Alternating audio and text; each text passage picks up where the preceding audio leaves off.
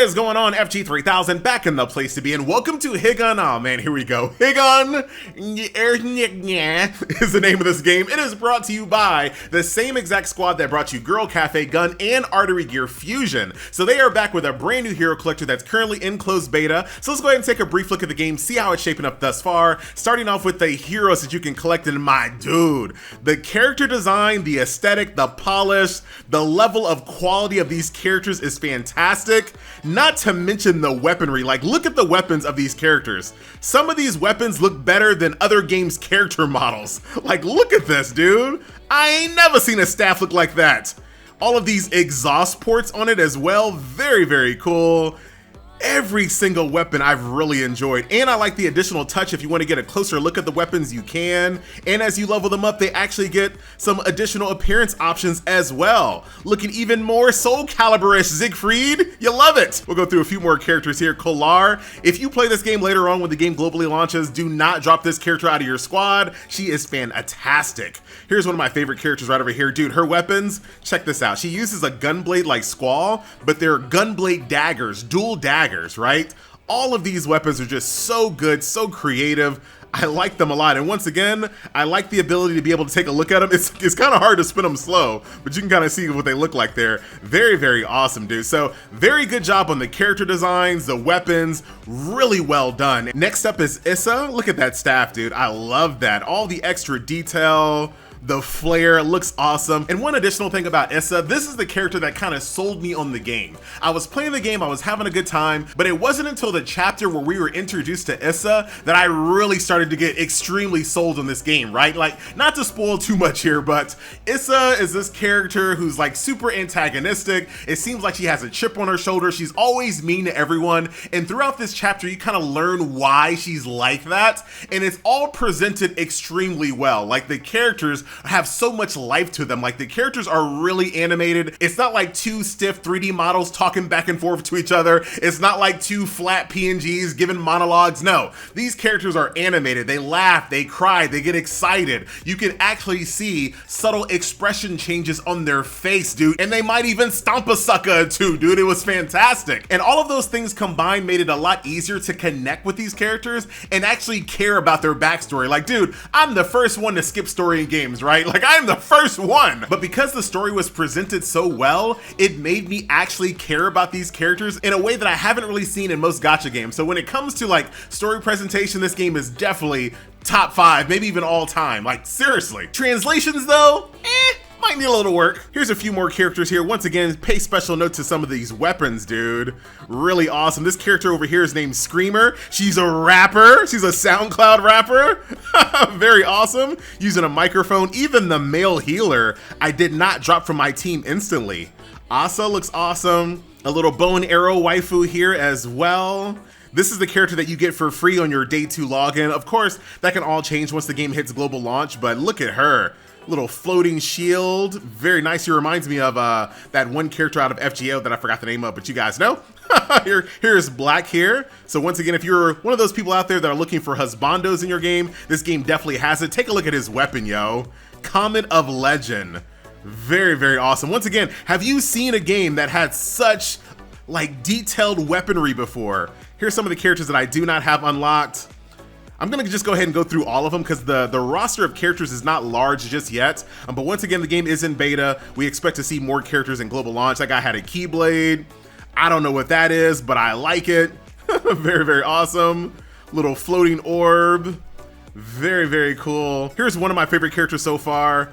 I really do like her sword, dude. I like how it's like so thick at the bottom, but then it gets a little skinnier at the top. I don't know what that says about me. You know what I'm talking about? You know what I'm talking about? You know what I'm talking about? You know what I'm talking about? Very cool character here as well. Single pistol. I think you also get her for free on a 7-day login. A nice little harp waifu, but a nice little twisty twist on that design. Very cool. All right, so let's go ahead and jump on into combat. So this is gonna be a stamina-based hero collector. It's gonna cost me 15 stamina to tackle this stage. I'll go ahead and leave this loading screen in so you can kind of get a feel for it. I am playing the game on my cell phone on max graphics. So as far as combat, there are 6 hero classes along with an element system, pretty much exactly what you might expect. In combat, you can bring 4 heroes to combat. Now, before you get started, you do need to set them up on this little grid. Now, there are some different strategies depending depending on what you're trying to accomplish here. I like to go ahead and put my tank up front. I'll throw my healer directly behind my tank. I'll put my little AoE character off here to the side, and I'll put my short range unit right up here in the front. Now, of course, there's more strategies, I'm sure, but that's what we're gonna go for in today's video. So let us begin. Let's start combat here. We'll turn off autoplay, turn off ×2 speed. Now, this game is going to be a universal energy style hero collector. So as you guys can see, my energy is building up, and at any time I can use some of that energy to cast some of my character cards. So this card, for example, costs 4. You can see the range here. It's kind of like a cone, like Misfortune style, and there she goes doing some damage. If I need a heal, I can cast 3 mana to heal like one of my characters. You don't need a heal, but I'll do it anyway. Target the hero in question and do my heal. Now Kolar here, dude, I told you she is like one of the best characters. Look at how big her AoE circle is. So I'll cast 6 mana to do a big old massive AoE. As you're doing your basic attacks, as you're doing your skills, you'll also build up ultimates on the left hand side of your screen as well. There is a setting to turn off ultimate animations if you choose to. Very, very nice. And that is the basics of combat, right? So let's do that a little bit faster. Now check this out. You see this big red exclamation point right over here? This character is going to go berserk if I don't kill her as fast as possible. I'm gonna do this, right? I'm gonna go ahead and take out you. I'm gonna bring in my assassin. FG with a little stratty yaddy yaddy. So check this out. I'm gonna go ahead and assassinate her as fast as possible. I'm gonna try to at least. So we'll go ahead and take out some of the front lines here. Now this character, assassin ability, she basically teleports to where I point. So she's gonna teleport way up, she's gonna teleport way back over there. There she goes. And now she's gonna do damage to this character that I assume is gonna go crazy if I don't kill her as fast as possible, right? I also need to heal. Give her, oh, she's out of range. You see that? I can't quite reach with the heal there.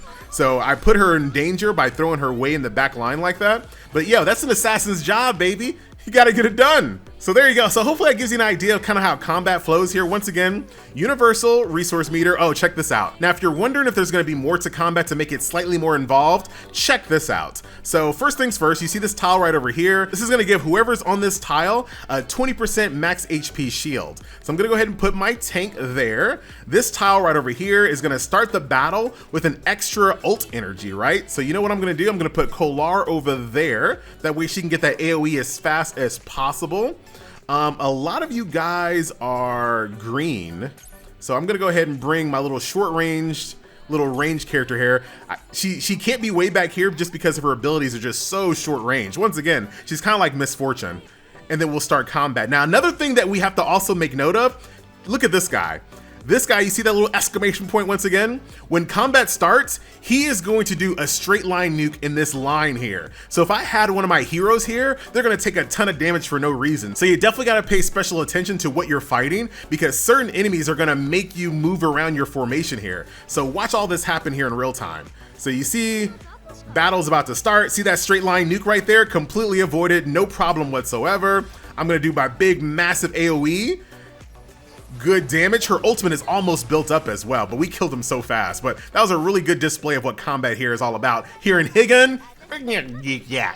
So let's go ahead and do a little boss encounter here. Now this boss, I was fighting this boss on stream, caused me a lot of problems, but dude, it was so hype to finally defeat this guy.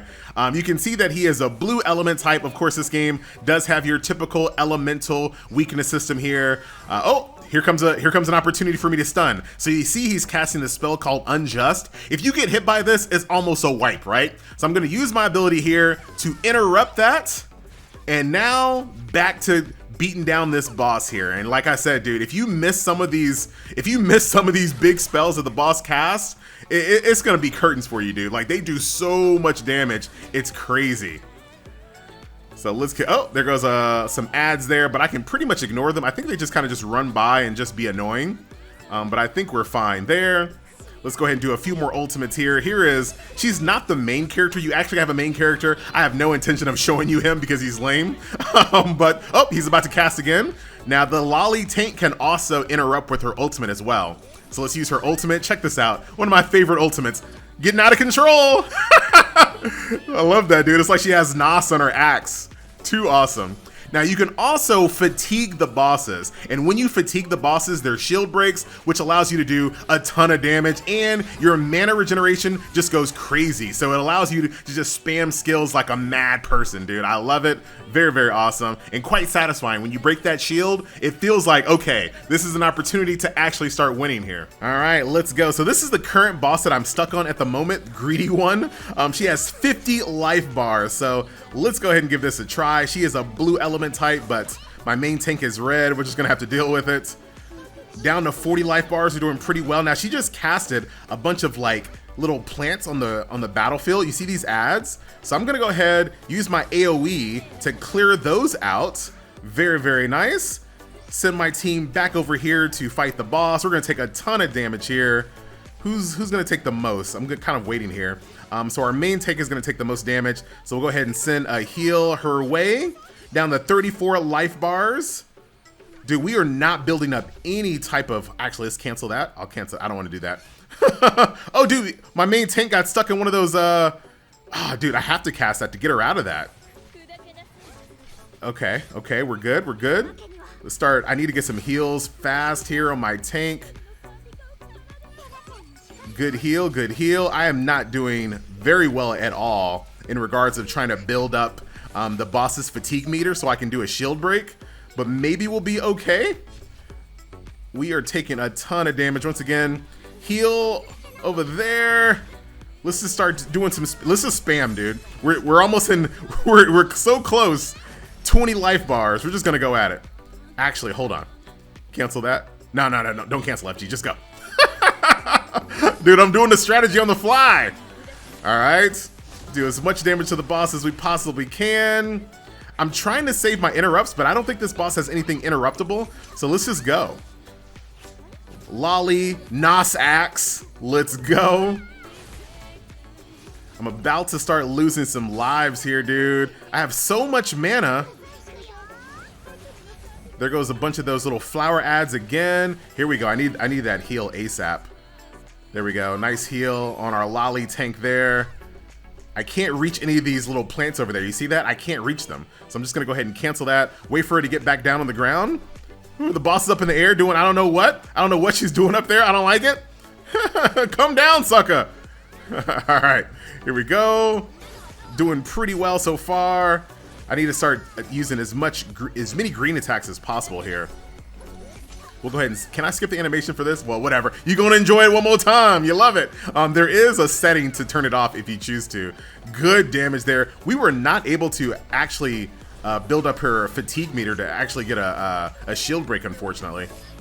But we still might be able to beat her and get a 3-star, which will be very, very nice. And it looks like, hey, story.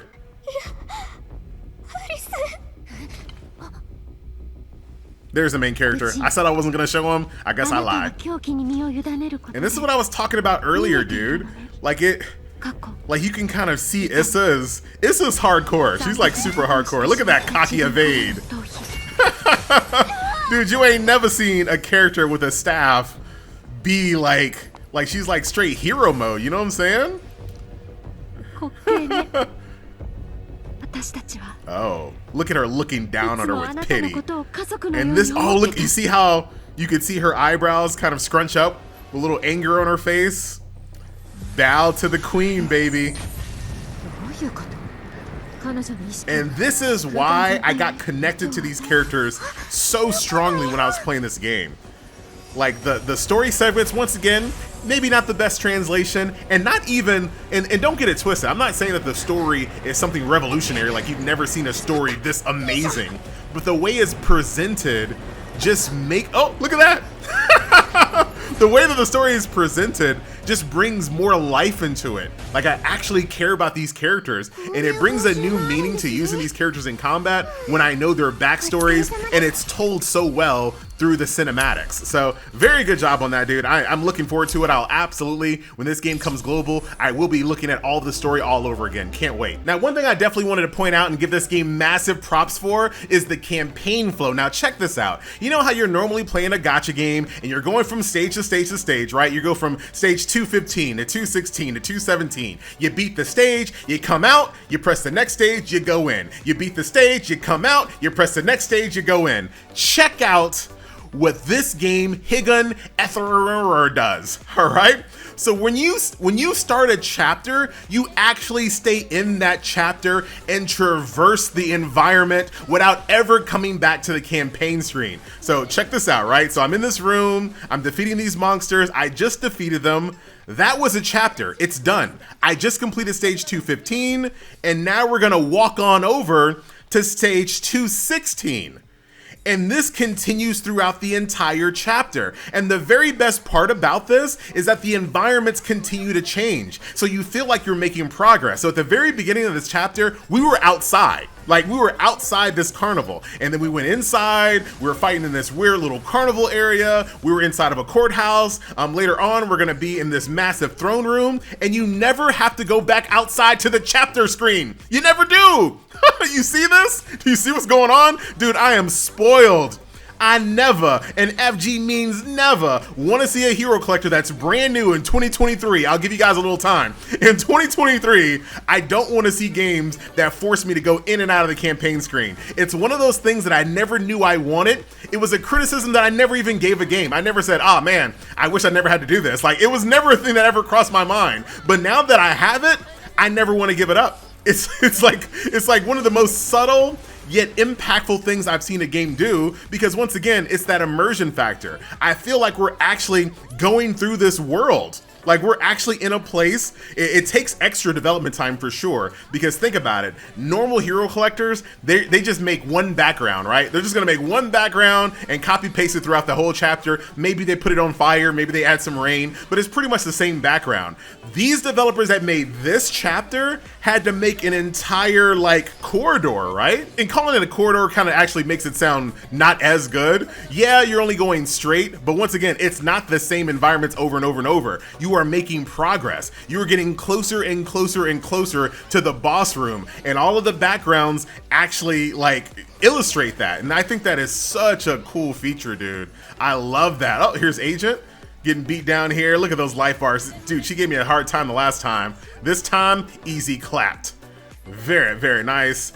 And then look at this, walking up the stairs to fight the next boss. What a cool little feature, dude. And once again, completely spoiled. Never, don't show me another hero collector in 2023 that doesn't do this. Now, outside of your main campaign, you have this button over here called the Outland. This is gonna house all of your auxiliary gameplay modes. So Arc Task is gonna be your tried and true daily resource grinds. So like gold, EXP, things of that nature, very straightforward. You've seen things like that before. Dreams Back is gonna be your individual character stories, which I cannot wait to tackle. Normally, I ignore these in most games, or I try to skip through them as fast as possible. I actually cannot wait to see more about these characters here. Very, very awesome. Hero's Journey, this is going to be a daily resource grind to get you materials to power up your weapons, etc. And then lastly, Deep Maze is going to be a daily tower. If you defeat these towers daily, that's going to give you currency here that can be used for summoning. Now, so far, I don't see any PvP in this game, so if you're looking for like PvP, this might not be the game for you, or it might not be complete yet, and maybe that's coming in the future. The game also has a good old-fashioned labyrinth mode, which is actually called the Labyrinth. You love to see it. So you can see we kind of traverse this literal labyrinth, defeat encounters, get buffs. Sometimes you have to answer like quizzes and whatnot. Sometimes there's puzzles. This device looks a bit weird. Uh-oh. Click, click, click. I need to touch it? Okay. We'll go ahead and do that and jump into combat here. Now, when it comes to formations, I don't know enough about the game to kind of give you guys, you know, any type of high-level strategy on, you know, setting up your formation. For right now, I've just been putting my tanks up front, my range in the back, keeping my healers protected for the most part. Let's go for that additional 20% attack, shall we? And let's go into this purple one over here. We'll see what survey's all about. Ah, dude, this guy's asking me quizzes. Dude, how old is Shuli? Over 9,000? Older than the oldest tree. Ah, come on, dude. Better save it for later. What kind of answer is that? Do you know Rocco's hometown? Downton Abbey? No. Treasure Island? No. Wuthering Heights? I think it's this Kaneki Manor. Yeah, baby. When the game comes out, I'm gonna know all the answers. Oh, I know this one. This is the consolation. Hogwarts School. There you go. Answer quiz, get some goodies. And that's basically how the Labyrinth mode works in this game. Do combat, get buffs, answer quizzes, etc., etc. Traverse through the whole thing, get rewards. And just like in most Labyrinth modes in most games, you can always leave and come back. You also have a vessel, which is basically your home base. We'll explore this more when the game globally launches. All right, so let's go ahead and end this video off with a nice little summon session. So in this game, you have two different types of summons. You have hero summons and you have play summons. So plays are basically memorias, craft essence, artifacts, etc., etc. We'll go ahead and let the full summon animation play out. You can select which star you want to press on. I always press, dude, I hit my microphone. I always press the letter F. There you go, for FG, of course. Nice little summon animation here, and let's see which type of play we get. And I'll show you the upgrade process here on the latter part of the video. Got ourselves a purple interlude. Very, very nice. What does it do? I don't know. We'll find out later. All right, so let's go ahead and do a nice little summon session here. Nice little 10 pull. Let's see what we got. Hit that F for FG. And here is the character summon. And we might get a preview of some other characters here. I got a lot of the roster already, but I would love to see more. It's a purple. Can we go orange? We cannot. So those are all blues and one purple. So there goes Sella. Screamer, once again, awesome character. Kolar, a couple duplicates of Kolar there. Sella, what else we have here? And there goes Asa, that's my purple. Bruh, I got so many copies of Asa already, dude. Already too many. All right, so let's use Kolar as an example of the upgrade process here. So very straightforward. You can upgrade levels by using EXP juice. There are some EXP grind stages that we mentioned before. So EXP juice plus gold, that gets you levels. Very straightforward. As far as what your duplicates are used for, they are used to awaken your character's little constellation here. And you can see every single time you awaken, you hit another constellation. Once you complete a full constellation, you can actually increase your star ranking. So even if you have a 1-star character naturally, you can awaken it so many times that it becomes a 2-star, a 3-star, a 4-star, etc., etc. Let me see if I can do it with Screamer here. Yeah, we can do it with Screamer. So you see that? Hit that, hit awaken. I've completely filled out the constellation, and now she is a 4-star. So I assume that natural 3-stars are gonna have better stats than like a 1-star leveled up to 4 stars. Now that is definitely to be expected. Now you can kind of see her max level is still 10. So I'll use Screamer as an example here. Let's go ahead and get her completely powered up to level 10. Now she's max level, so how do I break her through? In order to do breakthrough, you need to improve the power of their weapons. Now these are done completely with in-game materials, right? So you're gonna find these from grind stages and campaign stages. So I'm gonna increase the power of her microphone here. 2 pieces of her weapon need to be modified. Now that they're both modified, I can hit refine. This will increase her max level to 30 and activate a new skill as well. So there we go, refined succeeded, and there you have it. Now the next time I want to do that, there's 3 pieces of her weapon that I need to modify, as you can see there, and then once I do that, I'll hit refine again. That'll allow her to go all the way up to level 50 and then activate a new skill called brace up. So that's basically how you level up the characters and how you give them even more passive stats. You can also increase their individual skills as well. Once again, this is all done using in-game material. So this is her basic attack plus a heal. I can upgrade that using that material plus some gold, and now here I am stuck here because I don't have any of those materials. I can always press this button here and the game will tell me exactly where they drop. So on stage 216, it's a fixed drop stage. So if I want, I can go to stage 216, hit auto battle, and auto battle is pretty straightforward. Find the stage that has the drops that you're looking for, tell the game exactly how many stages you want to run, hit this little check mark, and away you go. Now speaking of that brace up ability, here it is right here, and at any time if I want to, I can toggle between the one that she has a default, which is listen up. I can switch it with brace up. So depending on what I'm trying to do, what I'm trying to accomplish with these character, I can get a little bit more flexibility in her skills. There is a talent training system here as well, but that's going to be something that we're going to have to look at once the game hits global launch. And then lastly, we come to the equipment system. Now this made me actually really happy because I'm kind of getting burnt out of the whole typical equipment system that most gacha games do, where you're farming for the perfect speed set, the perfect HP set. I need to have percent based this, flat that. I'm getting kind of tired of of that and burnt out of that. In this game, it uses a Memoria artifact craft essence style system here for your equipment. So for example, I have this prologue here. I can equip that to my character. You can see right over here, a 2-piece set is gonna give me physical attack, right? So if I go over here, I equip what they call the finale. That gets me a 2-piece set, I'm good to go. The only thing I'm missing is the interlude. And you kind of see how this works, right? Prologue, interlude, finale. You equip all 3 or you equip 2 and that gives you your set bonus. And as far as I can tell, there is no randomization. So you can see all of these interludes from this character here. They're all the same exact stats of physical attack, magical attack. All of these are the same exact physical attack. So you just simply get the set that you're looking for, equip it, level it up, enhance it, do all that good stuff, and you're done. You're not looking, you're not digging, you're not, at the mercy of RNG. I kind of appreciate that straight up. And that is pretty much the upgrade system in a quick nutshell. So there you have it, my friends, a nice little look at Higan. That's not what you said earlier in the video, FG. Oh yeah, earlier I said my bad. So that is the game. The game, like I said, is currently in closed beta all the way until the 14th. I will definitely be taking a look at this game for the global launch. I hope it's this year. I think a game like this will absolutely take the place of like Artery Gear Fusion and stuff like that for me. Like this game, I was very impressed with it. I cannot wait to see more of the story. I cannot wait to see more of Issa. Dude, I am super hyped to see where this game goes. So really good job. This is absolutely the definition of a sleeper hit so far. So that is it. I am out and I'll see you guys in the next video. I'm out.